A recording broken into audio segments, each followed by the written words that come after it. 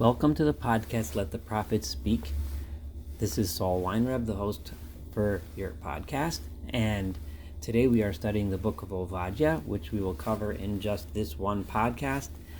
I highly recommend that before you listen to this, that you listen to the Introduction to Obadiah podcast, where I discussed who this prophet was,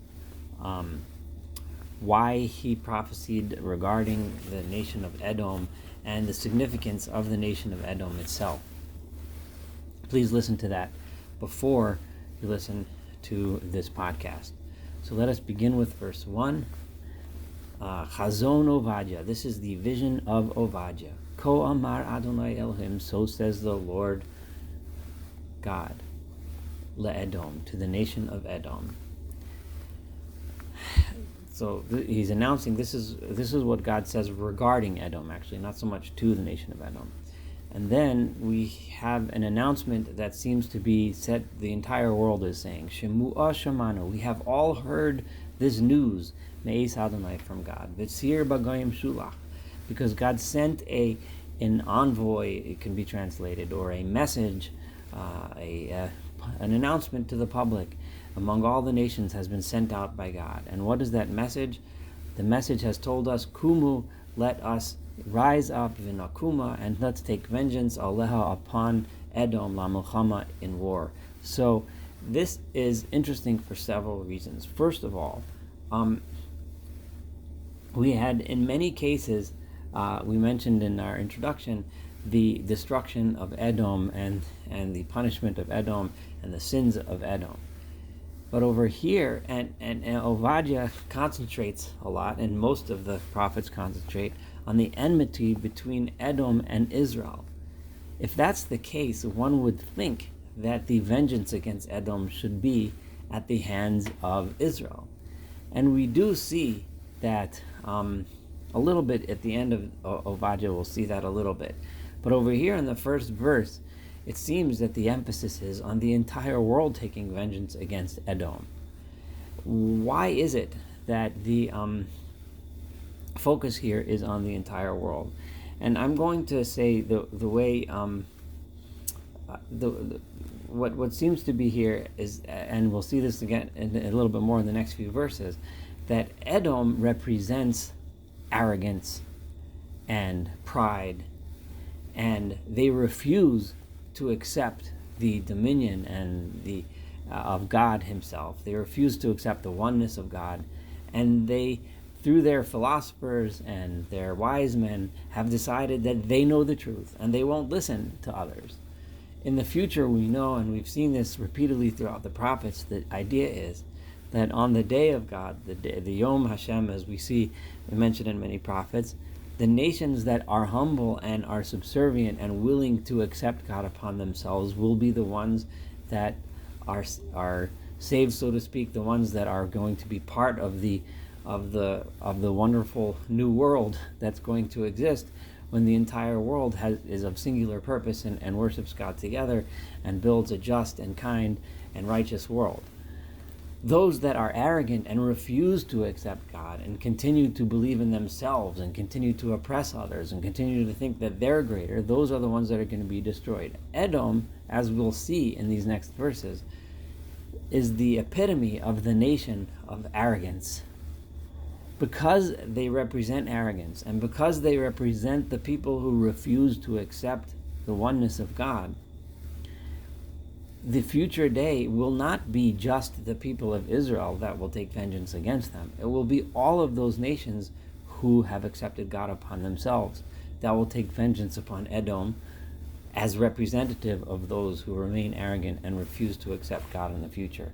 And that's why there's this emphasis. And let's continue. Hine katon nisaticha bagoyim. God is saying, I punished you, Edom, because I will make you the smallest among nations. You who are so proud and so haughty about how great you are, I'm going to make you into a nobody. I'm going to make you into the bottom of the barrel. Bazui atom ma'od, the verse says. You will be the most downtrodden, the most despicable, the most despised nation on earth. Zidon libcha hishiecha. The arrogance of your heart has convinced you. These three words here are crucial to bring out the meaning of this. And really, the purpose and point of this book is to say that it is the arrogance of the heart that convinces you into a philosophy of arrogance, into a philosophy that rejects God. Those that refuse to accept God, they develop an entire philosophy, but the philosophy begins with arrogance, begins with the assumption that because they have a question that they can't answer. Remember when Isaiah addressed Edom, and I mentioned this in the introduction, he said, yes, you can ask questions of God. You can ask why there is evil. If there's one God, how could there be evil in this world? You can ask these questions, but you still, shuvu esayu, you still need to come to God. You still need to understand and be humble and realize that there are things that you won't know, things you will not understand about God. But one who is arrogant will say, I have a question, and therefore I'm rejecting him. Zidon libcha hishiecha. Shochni b'chag ve'sela merom shifto. You, Edom, you live in the clefts of the rock. This is referring to the high places. You live on the tops of the mountains, all the way up there. Merom shifto, the place of your residence, is all the way high up in the mountains. The mountain of Seir, which we constantly refer to the Edomites as the people of the mountain of Seir. Omer b'libo, he says in his heart, Mi yorideni aretz, I am so high, nobody can come up here and take me down. I'm living all the way up here, nobody could bring me down. My heart, and this is not just a physical idea of living in a high place, this is the arrogance of a person who thinks that he's so great that nobody could possibly take him down from his high place. However, God says no. Im tagbia kanesher, if you're going to be as high as an eagle, im bein kochavim simkinechan, if you put your eagle's nest so high up, as we know eagles tend to make their nests at very high places, you can make it all the way up in the stars, so to speak. However, God says, Misham oridcha, from there I will take you down. Adonai, says God, because your arrogance, your height, your pride, I, God, will take it down. If we remember in Amos chapter 9, we had a reference there of if you climb all the way up to the heavens, I'll take you down. If you dig yourself deep down into hell, I'll pull you up, no matter how high or low you go. But over here, and that was talking about the punishment of the evil people of Israel. But over here, the specific sin is the sin of arrogance. He only talks about people if you're going to be really high up. He doesn't say anything about what if you're going to be low down. Verse 5, the punishment of God is so complete and it's so devastating that it's not something that happens naturally. You Edomites, you're going to say, okay, we can get punished. People can wage war against us and destroy us. But God says, no, that's different. Im ganavim ba'ulecha, if it were thieves and robbers that were coming to you to harm you and to steal from you. Im shodadei laila, if those that rove around at nighttime and steal and rob. Eich nidmesa, if that was just what it was, if it was just other nations coming to steal and rob and attack you, how is it that you've been doomed? I'm going to talk a little bit about this word nidmesa in a moment. Halo yignavu dayam, those people, they generally steal and they destroy and they even kill, but they only do a certain amount. It's not an utter complete destruction. In botzrim ba'olach, if people come and steal the grapes from your vineyards, halo yashiro alelos, if you go to the field afterwards, surely you'll find some grapes that are left, some things that they've missed. Eich nidmesa reminds us of the term in Isaiah chapter 6, where Isaiah said when he was in his vision, he was among all the angels and the fiery angels, and he said, Oili ki nidmesi, woe is to me because nidmesi. And the translation of that, some assume that it's the mem taf, the root of the word is mace, which is death. It could also mean cut off. It could also mean several other explanations. I'm going to go with the explanation of the Radak, who says over there, Isaiah looked at all the fiery angels and he felt so puny. He says, woe is to me because I am he translates it by saying cut off. I'm going to use the term doomed. I am doomed. I am, I'm just completely, there's nothing here is going to be left of me. It's more than death. It's death, but nothing left. Eichnid Mesa over here is saying the same thing. If that's the case, if it was humans destroying and attacking you, Eichnid Mesa, how is it that you've become utterly doomed? So, the idea being that clearly the destruction coming to Edom is a destruction from God, which Edom would have said, no, it's just people, but no, it's God. Eich nechpesu Esav. How is it that that Esav, the people of Edom, that is, of course, that descend from Esav, how is it that they have been so cleaned out? Niv'u matzpunav.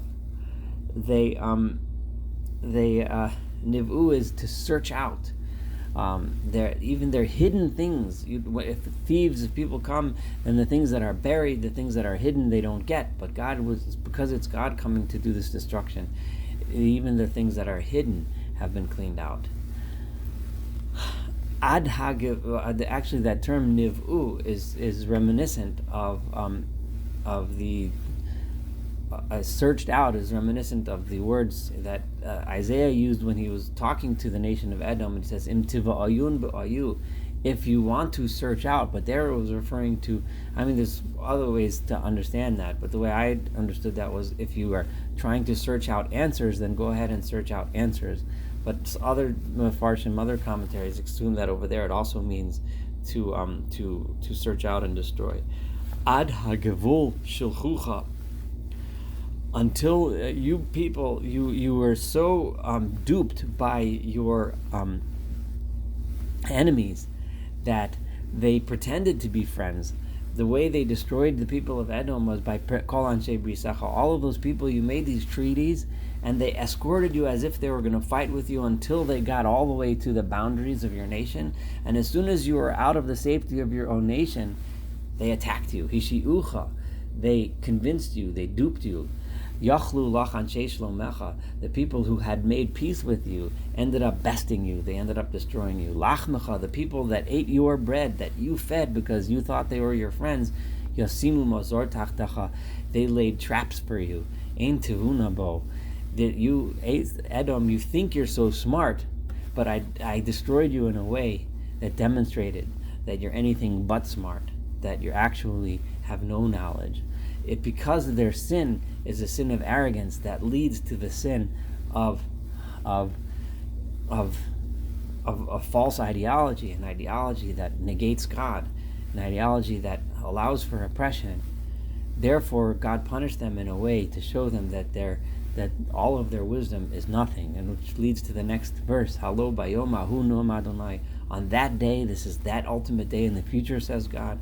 V'ha'avadeti chachamim me'edom. I will get rid of all of those wise men of Edom, those people that preach those ideas of arrogance, those ideas that are against God, utvuna, and all understanding the science. And I'm not talking about modern science. I'm talking about the supposed science of the Edomites, the kind of science that denies and defies the oneness of God. Mehar Esav, I'm going to destroy them from the mountain of Esav. V'chatu giborecha Teman, and your strong people Teman is often, and nowadays it translates to Yemen, but it was apparently a province of Esav. All of your strong people will become afraid, they'll become scared, they'll become demoralized. Lamani kores ish mehar Esav mikatel, and that what will happen in the end is that all people will be destroyed. Every man will be destroyed from the mountains of Esav. They will all none will survive the slaughter. Mechamas, why is this? What's the problem? Mechamas achicha Yaakov, because you have oppressed and you have taken through power and force from your brother Jacob. This is the key. He's your brother. He's the one that you should have fought on his side. He's the one that you should have learned from. He's the one that you should have learned with. He's the one that you should have helped, and he would have helped you. But no, instead you oppressed him. Tichascha busha, therefore you will be covered, you will be I like the translation I see in the Jewish Publication Society, and it will be engulfed with embarrassment, v'nichrata la'olam, and you will be destroyed forever. Biyom amadcha mineged, on that day when you stood opposite and watched as those other nations came to destroy Jerusalem, biyom shavos zorim chelo, when the Zarim, strange countries, came from across the world, destroyed Jerusalem and took away its wealth. V'nachrim ba'u sha'arav, and strange and different other people, and is emphasizing the strangeness of them, because Edom, you're not strange to them. You're closely related to them. You're like them. These others came from outside. They came into their gates, and they cast lots over Jerusalem to decide who takes what. I take this, you take that. And you acted like them. Instead of acting to Jerusalem like you were their brother and defending them and standing on their side, or at least mourning their destruction, you with glee stood by and watched as others divided up the spoils.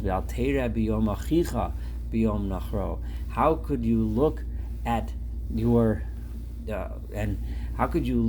brother on the day that he was treated as a stranger? Biyom nachro.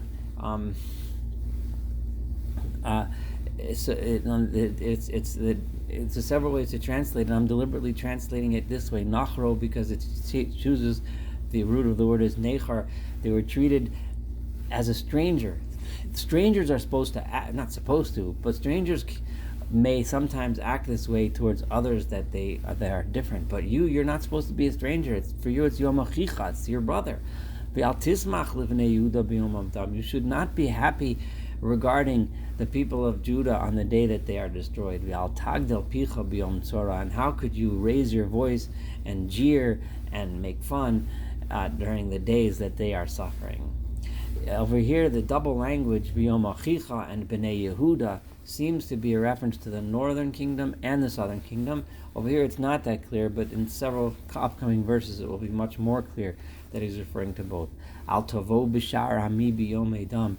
Don't you come, and it seems that the people of Edom, after the other enemies came, they snuck in afterwards, and also, not necessarily snuck in, but they followed in afterwards and joined in on the party, so to speak, and they also went and made the people suffer. How is it that you came? Why is it that you could enter the gates of my nation on the day that they fell to disaster? How is it that you also came and committed evil to them on the day of their disaster? And how is it that you also came and took from the spoils? So not only did you stand by and jeer, did you stand by and watch, did you stand by and not help? Once they were down, you came in and rubbed them in the dirt and took even more. How is it that you stood on the crossroads as the people were coming, as the refugees were running from the attacking armies, and you cut down the refugees as they were running away? You should have at least offered them shelter, taken them in, but instead you cut them down. Not only that, the ones that were remainders, you took them, either cut them down or you took them captive on their day of suffering, instead of supporting them and helping them. And you should not. The awfulness of how you acted was so terrible. Why? Because obviously it was terrible. But ki karov yom Adonai. But you should know that the day of God, which is a concept which you've seen in several of the prophets, the day of God, karov, is coming very soon. Al kol hagayim, on all of the nations. The day of judgment is coming soon on everyone. This goes back to what we said in the first verse. The day of judgment is for everyone. All of those nations that will accept God, that will be humble, they will all be part of the new world order, so to speak. But those that do not, those that remain arrogant, will be punished. And therefore, since that day of God, that day of judgment is coming for all the nations, that which you have done to them, will be done to you, Edom. That which you gave and did to others will land back on your own heads. Just like you drank of the cup from my mountain, the cup, so to speak, you drank of almost the blood, or you drank the wealth of the people of Jerusalem, Yishtu kol hagayim tamid, so shall all those nations that came to attack them drink from that cup. Vishasu v'la'u, but this cup they will drink until they're exhausted and completely drunk. V'hayu kelo hayu, and eventually they'll become like nothing, like they never even existed in the first place. This is very reminiscent of what Isaiah said in 4:3, where he said,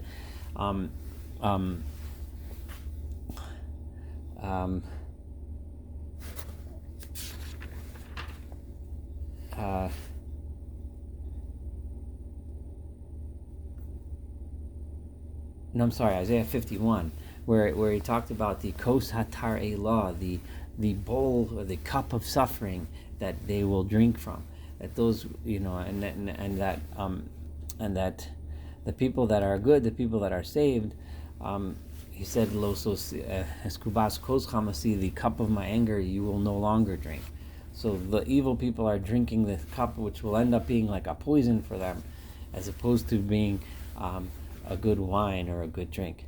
Uvahar Tzion, on the mountain of Zion, Ti'iyah Pleta, there will be a remnant. V'haya Kodesh, and it will be holy. This is very, very reminiscent again of what Isaiah said, and this is where it was in chapter 4, verse 3, where Isaiah said, V'haya Hanish'ar B'Tzion, the remnant that remains in Zion, V'yanosar, and the remnant in Jerusalem, Kadosh Yamalo, will be called holy. Obadiah is saying the same idea. There will be a remnant, V'haya Kodesh, and it will be called Kodesh. V'yarshu Beis Yaakov, and the house of Jacob will inherit, will get rid of es morashehem, those who had gotten rid of them before. V'haya Beis Yaakov Eish, and the house of Jacob will be like a fire. Uveis Yosef lehava, and the house of Joseph will be like a flame. Uveis Esav lekash, but the house of Esav, the people of Edom, will be the straw, and the fire of the people of Beit Yaakov and Beit Yosef, which sounds a lot like the northern and the southern kingdom. That fire will consume the people of Edom. V'dolku bahem, and it will light them and burn them, v'achalom, and destroy them. V'lo yiyeh sarid leveis Esav, there will be not a remnant of the house of Esav, ki Adonai diber, so has God spoken. V'yarshu hanegev asar Esav, and those that live in the south, the Negev region of Israel, will inherit the Edom, which is adjacent to the south of Israel, and just slightly east to it. Shfela, those that live in the Shefela region will inherit as Pelishtim, the Philistines. V'yarshuas de Ephraim, and they will inherit, the remnant of Israel will inherit the northern fields of Ephraim, V'yastei Shomron, and the fields of Shomron, of Samaria, of Binyamin es Hagilad. So he specifically emphasizes here again that the people will inherit the southern portions and the northern portions of the kingdom. This next verse, verse 20, is a little difficult to translate, but here it is. V'galus hachel hazel livnei Yisrael asher kinaanim ad sorfas. And I'm going to translate it mostly like the Radak as follows: the exiled ones of this great force, or the chel being the large group of the people of Israel.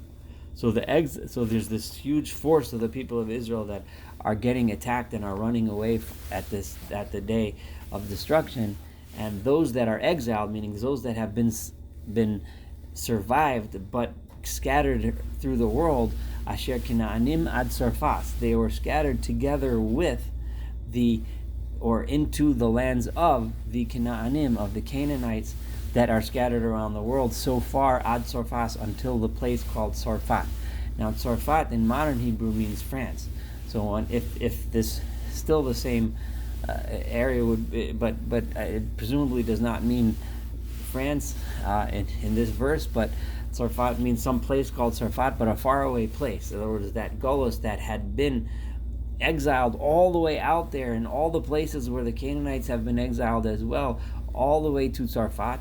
V'galut Yerushalayim, and the exiled ones of the people of Jerusalem, Asher B'Sfarad, that have been exiled to places so far out like Sfarad, which in modern Hebrew means Spain. But whether it means Spain in this verse or not is probably not, but some other faraway place. And over here, the Golos Achel Hazel Livnei Yisrael is one.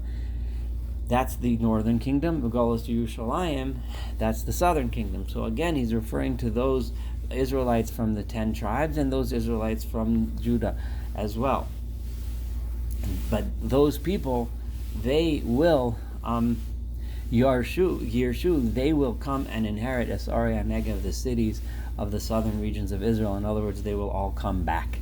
V'yalu Mosheim b'Har Tzion, and once they come back, they will then, those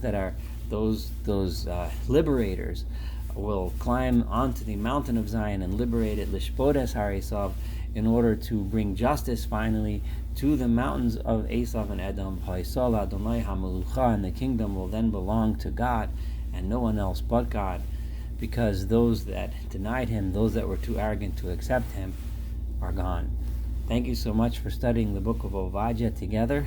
Looking forward to continuing to study the minor prophets and all of the prophets together.